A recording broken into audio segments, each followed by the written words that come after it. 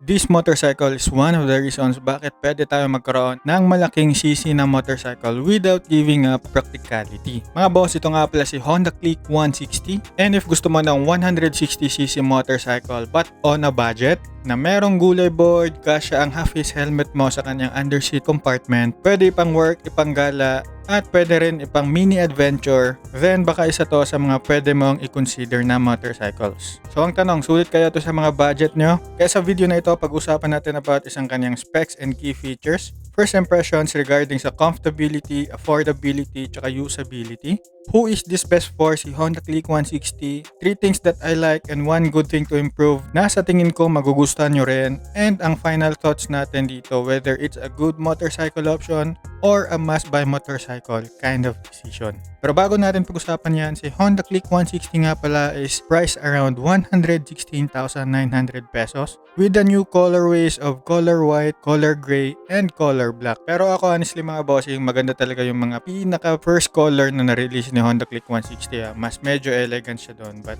ngayon, mas ginawa nilang pangmasa para hindi mas maging intimidating para sa mga taong nag-interesado sa mga motorsiklong ito. Ngayon naman boss, pag-usapan natin ang specs and key features nito. Si Honda Click 160 is merong displacement na 156.9cc single cylinder with a power of 15.2 horsepower at 8,500 rpm and a torque of 13.8 Newton meters at 7,000 rpm. Meron na rin siyang camshaft of single overhead cam na merong 4 valves and a bore stroke of 60 by 55.5 and a compression ratio of 12.0:1.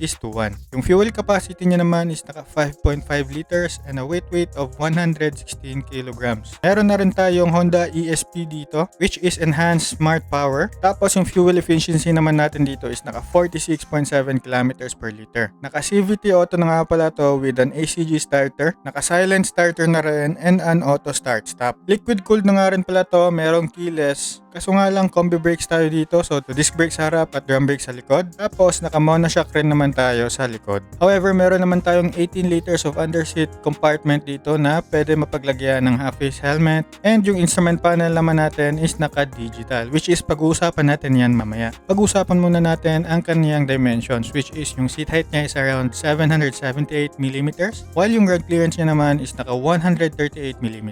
Yung wheelbase niya naman is naka 1,277mm, while yung front tires niya is naka 110 by 80 by 14. Yung rear tires niya naman is naka 120 by 70 by 14, and napag-usapan na natin ang kaniyang key features. Meron na tayo ditong new sporty minimalist body design, so merong pagka Gen Z ngayon ang kaniyang accent dito sa color white nila. And it also applies to other colors. While meron tayong spacious footboard dito na pwede talagang may pagmalaki ng Honda, kasi sa 160cc mo, nakip pa rin nila ang spacious na footboard, aka gulay board natin sa Pilipino. Meron na rin tayong colored cast wheel dito na meron tayong wider tires, which means mas maganda na ang ating ma-experience dito kay Honda Click 160 with a full digital meter panel. I'm not just sure if exactly the same sila ni Click 125, but maganda pa rin naman talaga to and decent talaga for its price, kasi marami talagang informations na nailalagay dito sa ganitong klaseng panel na nilagay ni Honda. Meron na rin tayong karagdagang USB charger dito with a smart key system with anti-theft alarm and answer back system na maganda talaga sa ganitong klaseng presyuhan. Naka all-LED lighting system na rin tayo with a large luggage box. Meron tayong combined braking system or CBS and 157cc liquid-cooled engine na may 4-valve and ESP+. Comfortable riding na rin yung position natin dito, mapa-rider man or yung pillion, and naka-idling stop system pa rin tayo, which is yan yung nakakatulong mas maging fuel efficient tayo sa mga traffic na daan. And ilalagay ko na lang dyan sa screen ang full specs nito para mapag-isipan mo if sa'yo ba talaga tong motorsiklong ito. Ngayon, pag-usapan naman natin ang first impressions natin kay Honda Click when it comes to comfortability, affordability, and usability. Regarding sa comfortability natin dito, magugustuhan mo talaga to kasi meron siyang upright riding position, malapad ang kanyang footboard, and hindi aggressive ang kanyang riding ergonomics.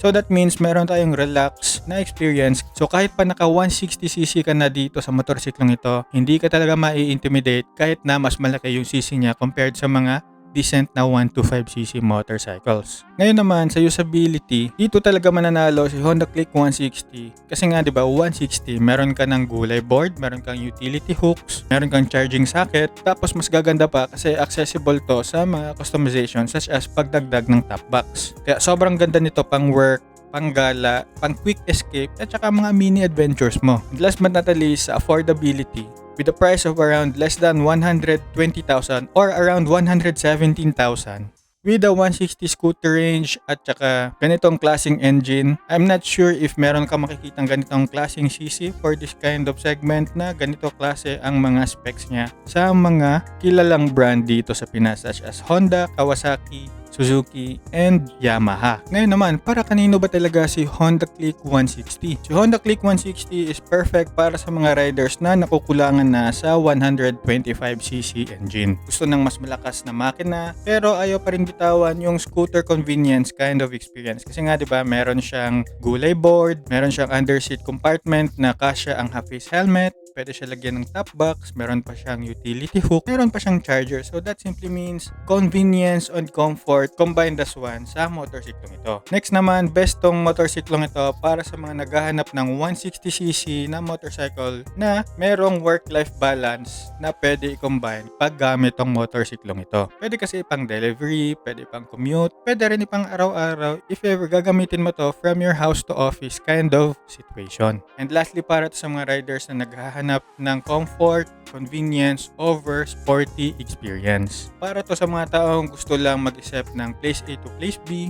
di na kailangan magyabang, di na kailangan maging aggressive kasi this motorcycle looks really elegant pero meron pa ring angas na dating. So napupusuan nyo na rin ba si Honda Click 160? Pero bago yan, meron tayong 3 things that I like and 1 good thing to improve dito na baka magustuhan nyo and baka mapaisip talaga kayo kung para sa inyo ba to. First natin dyan na nagustuhan is ang kaniyang rare situation na meron siyang gulay board at a 160cc segment. I'm not saying siya lang ang meron nito but napaka-rare kasi sa 4 Japanese brands which is Yamaha, Honda, Suzuki, tsaka Kawasaki, siya lang yung merong 160cc na may gulay board. And I think that's a good to have kasi napakadalang nito tignan yung may gulay board na 160 sa daan. Next na magustuhan mo dito isang kanyang comfort na naidadala kasi hindi ka talaga mapapagod sa biyahe. Stable kayo kahit na merong angkas. And good for long rides to kahit long hours mo pang gamitin ito kasi naka-liquid cooled na, meron kang comfortable seat, and hindi aggressive yung kanyang riding ergonomics that can cause inconvenience.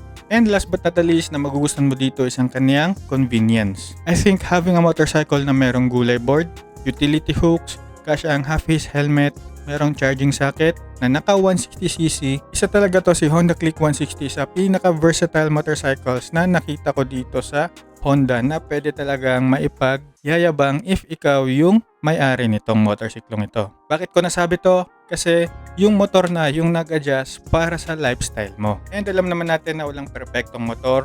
So meron talaga tayong one good thing to improve dito which is ang kanyang specs na need i-upgrade. Which is wala siyang ABS, naka-drum brake sa likod, and naka-monoshock pa rin sa likod. Which is, it could have been better if na-improve nila tong mga to para mas maging sulit at para mas lock in talaga yung mga audience or yung mga targeted market na mga tao ng ganitong klaseng motorsiklo. So andito na tayo sa final thoughts natin. And if wala pa akong Honda RS125Fi or Suzuki Gixxer 155 pero may experience na sa pagmomotor, will I consider the Honda Click 160? Is Honda Click 160 a good motorcycle option or a must-buy motorcycle kind of decision? Lalong-lalo na mga boss if naghahanap ka ng magandang practicality na motor na merong lakas pa rin kasi 160cc na and hindi ka makukulangan. Ang masasagot natin dyan is that it's a must-buy kind of motorcycle decision if naghahanap ka ng comfort, convenience, 160cc motorcycle na may gulay board, dagdag convenience, na maliles yung pagod mo sa traffic, and napaka-practical in long term. And dyan mo masabi na si Honda Click talaga makes sense sa bawat decision na ginawa mo if ito yung bibilin mo. But hindi ito para sa'yo mga boss if tulad kita dati na naghahanap pa rin ng medyo aggressive na looks, gusto yung tinginin sa daan, and yung tipong medyo may angas kasi naka-clutch-clutch ka pa. But ako for me mga bossing, Honda Click 160 is the best motorcycle siguro para sa akin as of the moment kasi nabibigay niya talaga yung mga gusto ko as a motorcycle. But at the end of the day naman talaga, Honda Click 160 is the best motorcycles when it comes to comfort and convenience. Hindi man ito ang pinaka-loaded sa specs, hindi man ito ang pinaka-sporty, pero isa talaga to sa pinaka-practical na 160cc motorcycles dito sa Pilipinas. So kung tatanungin mo ako if merong motorsiklong pwede gawing pang-araw-araw na hindi masyadong masakit sa bulsa, si Honda Click 160 talaga ang aking marerekomenda. Pero kayo ba mga bossing? Ito ba yung perfect motorcycle nyo if ever meron na kayong experience sa 125cc motorcycles? Tapos hindi naman masyadong naghahanap ng mga tulad ni Aerox tsaka NMAX? Pakisagot nga dyan sa comment section and pag-usapan natin yan together with the community. So if nagustuhan mo yung mga ganitong klaseng mga videos, you can follow me for more. Like this video na rin and make a comment down below if meron ka mga questions or suggestions na pwede natin pag-usapan dyan together with the community. You can also help me by purchasing helpful products dyan sa mga affiliate videos ko, and always remember lang to ride safe and see you in my next video. Let's go!